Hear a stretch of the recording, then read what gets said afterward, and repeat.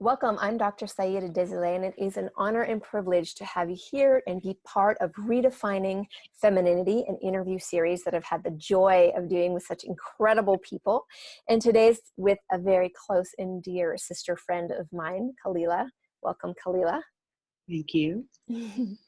So I want to just say a few things about Kalila. Kalila Doughty is an ordained priestess, psychotherapist, ecstatic, sacred activist, I think I said that backwards, gatekeeper and focalizer of the Priestess Presence Temple. And wow, I mean, you have been doing work for a long time with the sacred feminine. So I feel like your perspective today is going to be really, really powerful. So Kalila, why don't we jump right in? We're going to talk about what does femininity mean to you personally? That's where I'd like to start. Oh, well, I feel like even in asking that question, it means slowing down. It means me taking a breath and listening to what wants to arise as a response to even that question. So for me, what femininity means is a capacity to widen my feeling body, to widen my capacity to be able to give and receive information from this body, not just from my thinking mind, but from my embodied state. It means being in touch with a different rhythm and what I would call an encoded set of wisdom tools that arise from being in this physical temple that is our body.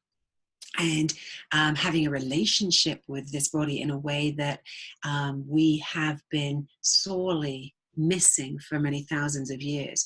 This wisdom that comes from the sun and the moon and the stars and the kind of the cycles of our expression connected to the natural world. So for me, the feminine is rooted into Gaia, into the earth, into the rhythms of the earth, and it places us very firmly as being sensual, erotic, alive,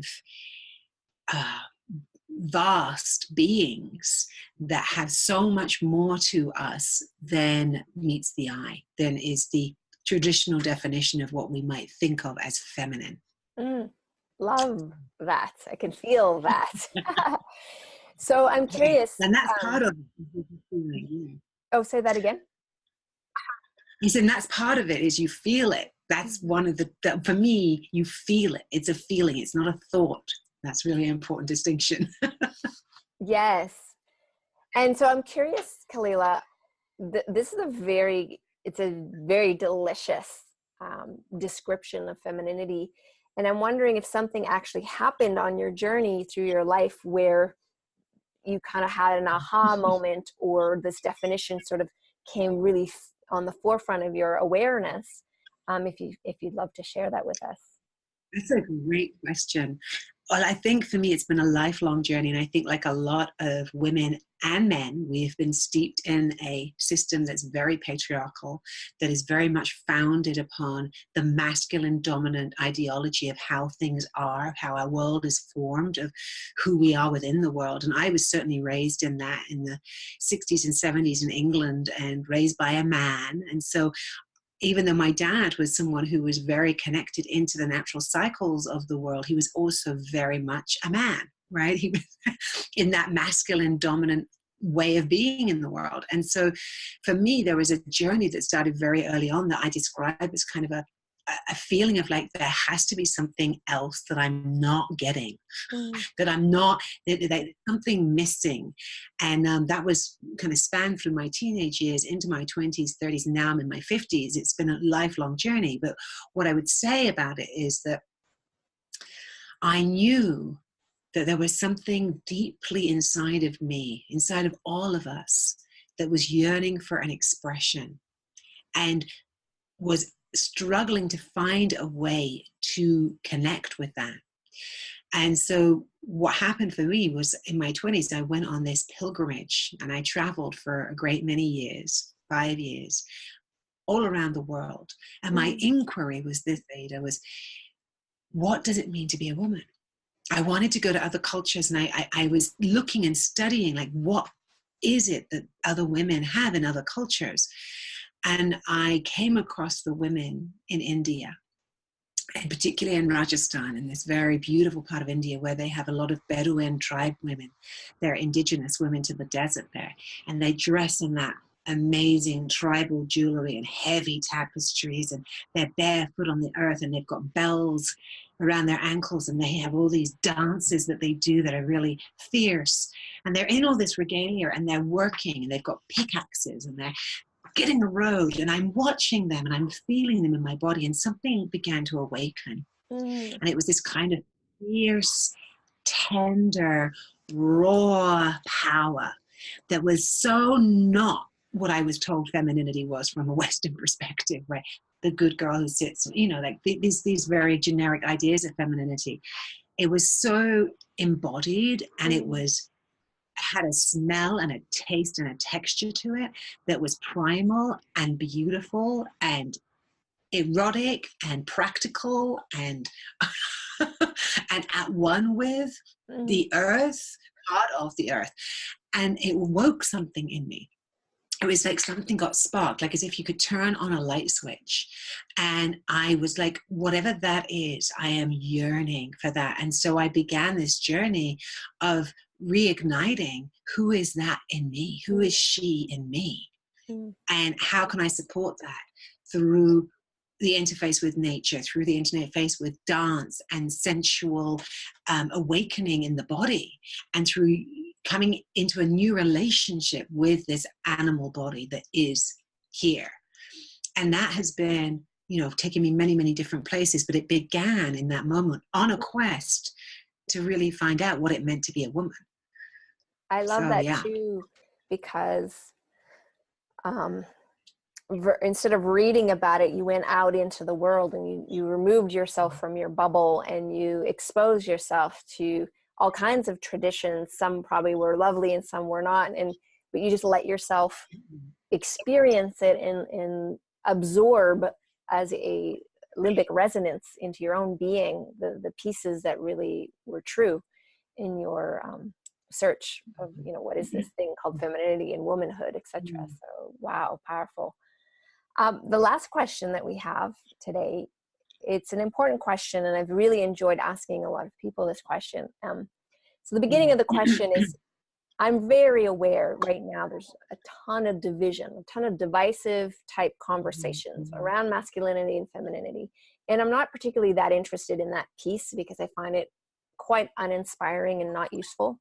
But what I am interested in from people like yourself is, how do we move forward so that we integrate masculinity, femininity in a more harmonious and it's a dynamic relationship. It's not, this little, there's a lot to it.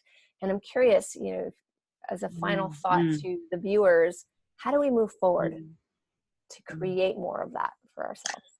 Well, for me, my path is all about integrating the masculine and feminine. That's the priestess path. It's an alchemical path of the sacred marriage within each one of us. And so for me, it always comes down to the knowledge, the inner knowing that we have about how we express as the feminine and how we express as the masculine in all of us.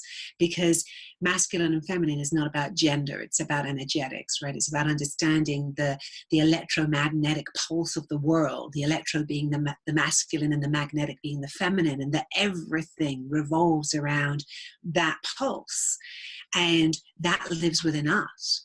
And so it's, for me, coming into a balance, and you and I have talked about this, the inner marriage of your masculine and your feminine. Who are they to one another? As archetypal figures within your own psyche, within your own soma, how do they live within you? Do they get along? Do they have harmony? Are they bonded? Are they listening to one another? Are they honoring one another within me? Because for me, that's where it begins. Anything that I want to see outside of myself on the planet has to start with my own reconciling of the ways in which my inner masculine and inner feminine are not in harmony or not in a good relationship. And I think that's really true for a lot of us, is we've internalized very toxic versions of femininity and masculinity that are nothing to do with the essence of who we are. but everything to do with the contrivance, right, of what we have internalized. And so there's a lot of retrofitting that we're doing as we go through this life around redefining and then reconsecrating that relationship inside of self. And I believe that that is what then begins the movement outside of self, the different conversations between men and women, between the masculine and the feminine on the planet.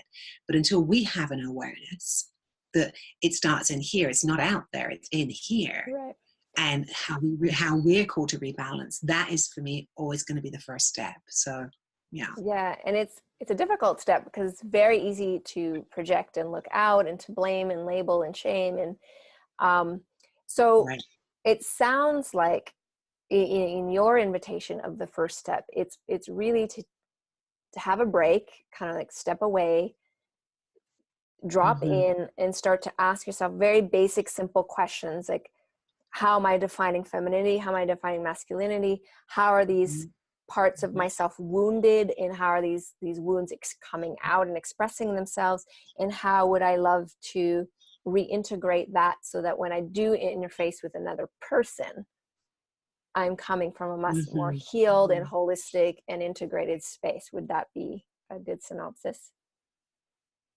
Yeah, it is. And the one piece I would highlight there, which is actually the really fun part for me, is, I love, most of my work is working in the archetypal mythic realm because that's where I am most at home. And for me, imagining who is the character, the mythic character of your inner masculine, and who is the mythic character of your inner feminine. Like if they were movie characters or characters out of legend and myth, who are they? Is it the priest and priestess? Or is it the lover? Or is it the king and the queen? Like who are these aspects of you?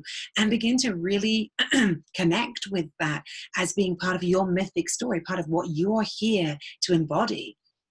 And that to me is a very, powerful way to begin to interface, not just from a psychological, but from an archetypal standpoint, because we all are made up of all these different energies, and coming to understand them and become intimate with them means that we can then see the light and the shadow, which is what you're saying, right? And we can have some fun with it. We can play with it. And I think that that's part of it, is we're here experimenting and playing with life and seeing how am I called to show up in this situation or that situation, and what aspect of me am I nurturing, and I think that that journey is one that we can often feel kind of like bogged down in, like, oh my gosh, there's so many problems in the world.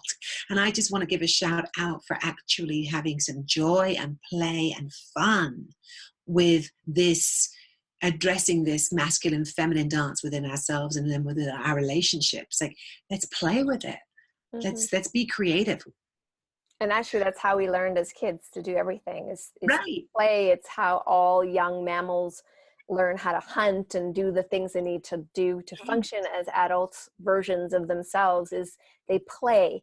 And so I love that. And thank you so much for bringing this wisdom and your playfulness and your beauty. I deeply, deeply appreciate you, Kalila. Thank you. Welcome. Blessed to be here with you, love. And for the viewers, I have a little invitation for you, so stay tuned. You're invited to join this amazing conversation. Soon I'll be doing a training, Redefining Feminine Power, and I want you to be there. So click the link that comes with this video, join. Just for joining, I will be giving you a free downloadable gift, so definitely watch out for that. And if you can't make it at the time that the training is happening, don't worry. Because you've signed up, we'll make sure you get the replay, all right? So all you need to do is just click on the link, join the conversation, and let's redefine feminine power together.